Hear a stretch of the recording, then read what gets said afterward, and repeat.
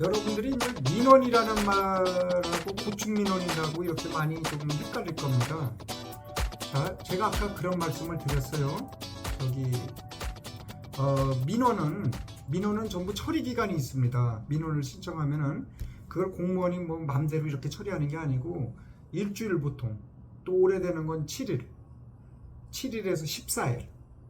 그 다음에 또 연장도 가능해. 어떤 특별한 사유가 있을 때.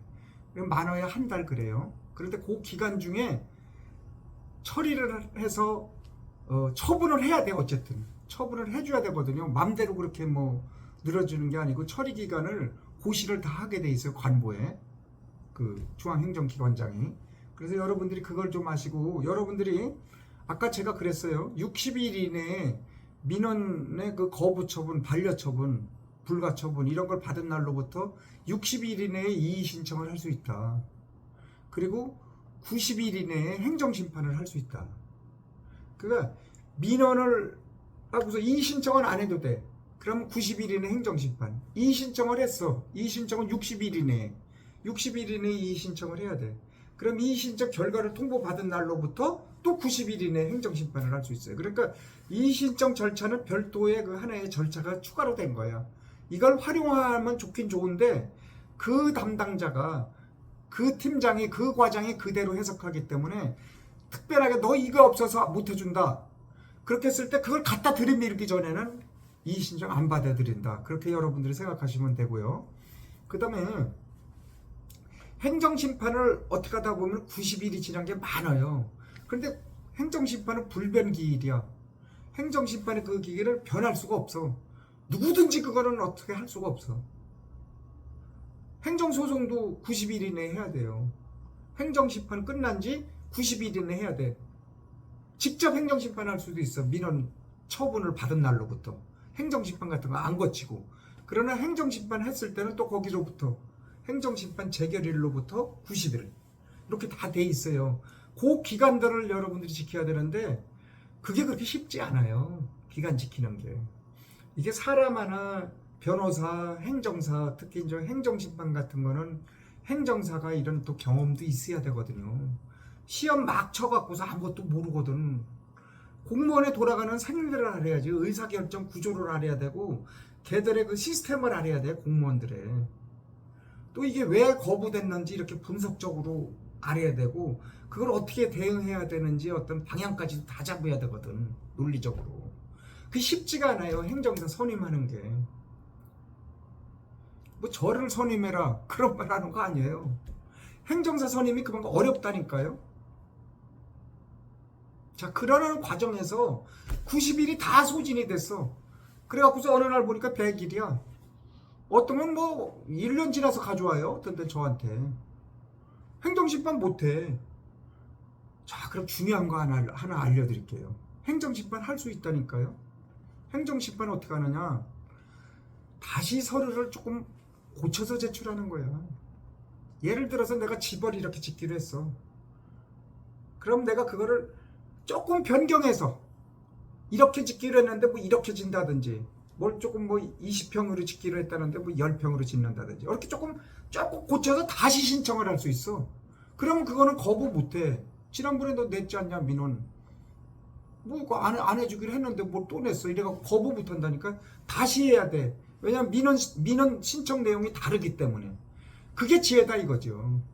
그래갖고 다시 행정심판을 할 수 있는, 행정소송을 할 수 있는, 행정심판이나 행정소송을 할 수 있는 기간을 여러분들이 벌여야 돼. 다시. 그러기 위해서는 다시 민원을 신청하는데 보완해서 신청을 하고 수정을 해서 신청을 하면 된다.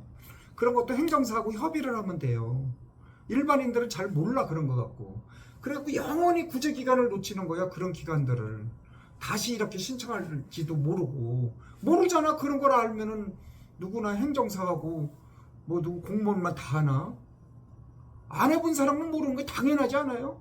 내가 하는 거 어느 분야만 잘하면 돼. 지금 그 분야는 그 분야에 맡기면 되는 거고, 내가 돈 벌어서 그 분야에 맡겨서 그 사람한테 하게끔 하면 그게 바로 우리 여기 자본주의 국가 아니에요.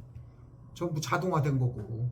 그리고 여러분들이 자동화 분업화됐다는 건 뭐 그런 말을 하나만 하지만 어쨌든 말하다 보니까 그래 나왔어요. 그래서 행정사라는 전문직이 있으니까 행정사한테 맡기면 된다. 제가 그런 말씀을 드리고, 그 다음에 90일의 기간이 지났을 때 한 가지 방법이 있다 이거예요.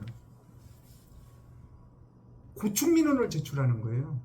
행정심판은 불변기일이라 90일 이내에 딱 제출해야 돼. 90일 이내에. 행정심판위원회에 제출을 하든 행정법원에 제출하든 행정소송을 하기 위해서 이 둘 중에 다 90일 이내에 해야 돼. 처분을 받은 날로부터. 이 기간을 놓쳤다. 아우 그럼 이거 어떻게 해? 그래서 제가 첫 번째 말씀드린 거는 다시 그 내용을 조금 변경해서 다시 민원을 신청해서 다시 허가를 신청하고 다시 신고를 신청해서 다시 거부 처분을 받으면 그날로부터 다시 90일이다. 이거 제가 지금까지 말씀드렸고, 두 번째는 고충민원. 고충민원을 권익위에 제출을 하라 이거죠. 국민권익위원회 고충민원은 날짜가 없어요. 10년이 지난 것도 되고 20년이 지난 것도 돼요. 사리에 맞으면 돼. 그렇다고 막 처리해 주는 거 아니에요. 그 국민권익위원회 저도 이제 고충민원 조사관, 팀장, 과장을 쭉 했지만 국민권익위원회가 그렇게 호락호락 막 해주는 데가 아니에요. 아유 고충이 있네, 억울하네, 부당하네 이래서 다 해주는 거 아니야. 억울하고 부당한 민원이 고충민원인데 또 날짜가 지나간 민원도 고충민원이에요. 할 수 있는 방법이. 자, 여러분들 아시겠죠? 고충민원의 구제기간은, 구제 방법은 마지막 남아있다. 그럼 고충민원도 행정심판같이 이렇게 잘 작성을 해서 내야지 승산이 있어요. 똑같아 거의.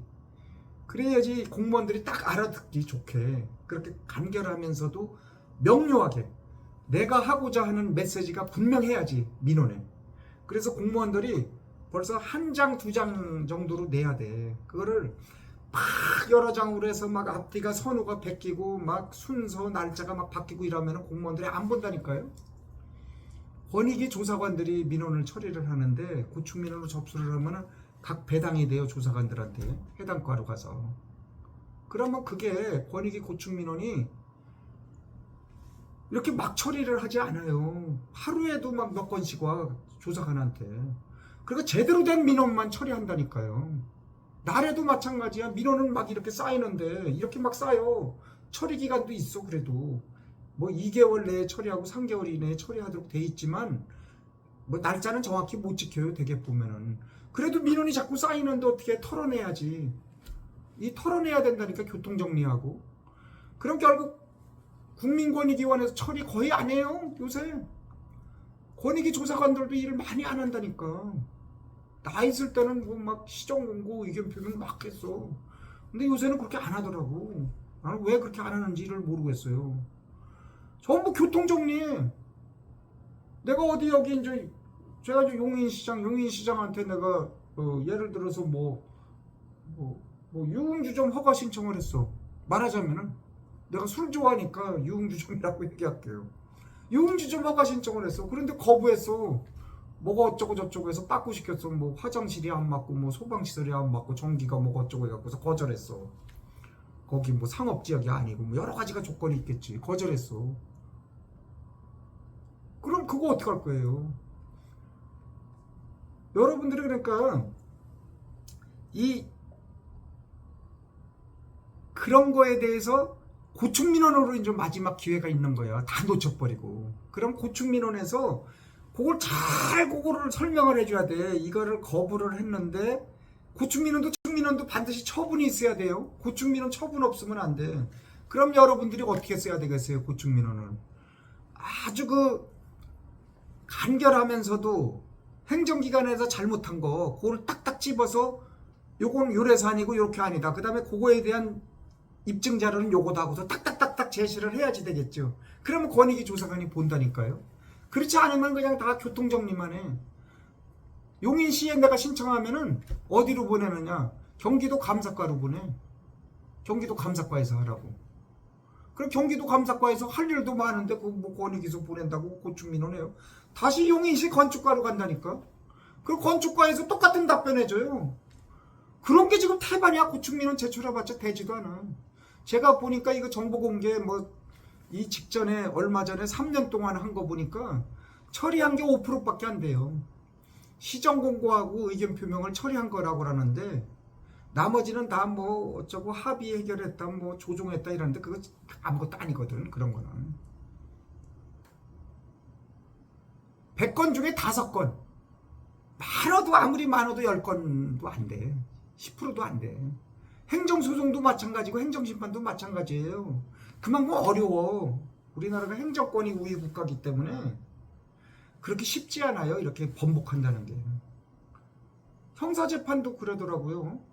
형사재판도 아무리 뭐 유명한 로펌이라도 무죄로 만들 가능성이 5%밖에 안 된다고 그래요. 5%도 안 된다고 그러던데? 어떤 전문 변호사한테 물어보니까. 그렇게 어려운 거예요. 안 되는 걸 바꾼다는 건. 그렇기 때문에 아예 내 손으로 해서, 내가 내 손으로 해서 이것을 뒤집어 보자, 이걸 하자 하는 거는 거의 어렵다고 봐야 돼요. 여러분들 똑똑하지 않은 게 아니라 똑똑해요, 여러분들. 그러니까 그런 것까지도 해보는 거야. 그렇지만 전문성이 없어, 그 분야에. 나 요리에 대해서 뭐 라면도 간신히 끓이거든. 간신히. 김치 못 담어. 못하잖아, 그런 거. 똑같아요. 못하는 건 자기가 못하는 거야. 그렇기 때문에 가서 김치를 사 먹고 만두를 만들어 먹고 이렇게 하잖아요. 전문가한테 맡겨야 된다. 예, 그 분야에 행정 경험이 있고 이왕이면은 또 경험도 많고 이런 분하고 상의해서 많은 그런 지식도 여러분들이 듣고, 그래서 서로 교감이 되고 항상 이렇게 대화를 하면서 잘 일을 어떻게 처리할 수 있도록 끝까지 노력하기 위해서 여러분들이 그런 생각을 해주시면 좋고, 특히 고충민원이라는 억울하고 부당하고 90일이 지난 거, 그러면 고충민원 신청이라는, 고충민원 처리라는 그런 마지막 그런 카드가 있으니까 그런 카드를 여러분들이 놓치지 말기를 제가 그래서 당부를 드리는 겁니다. 여기까지입니다.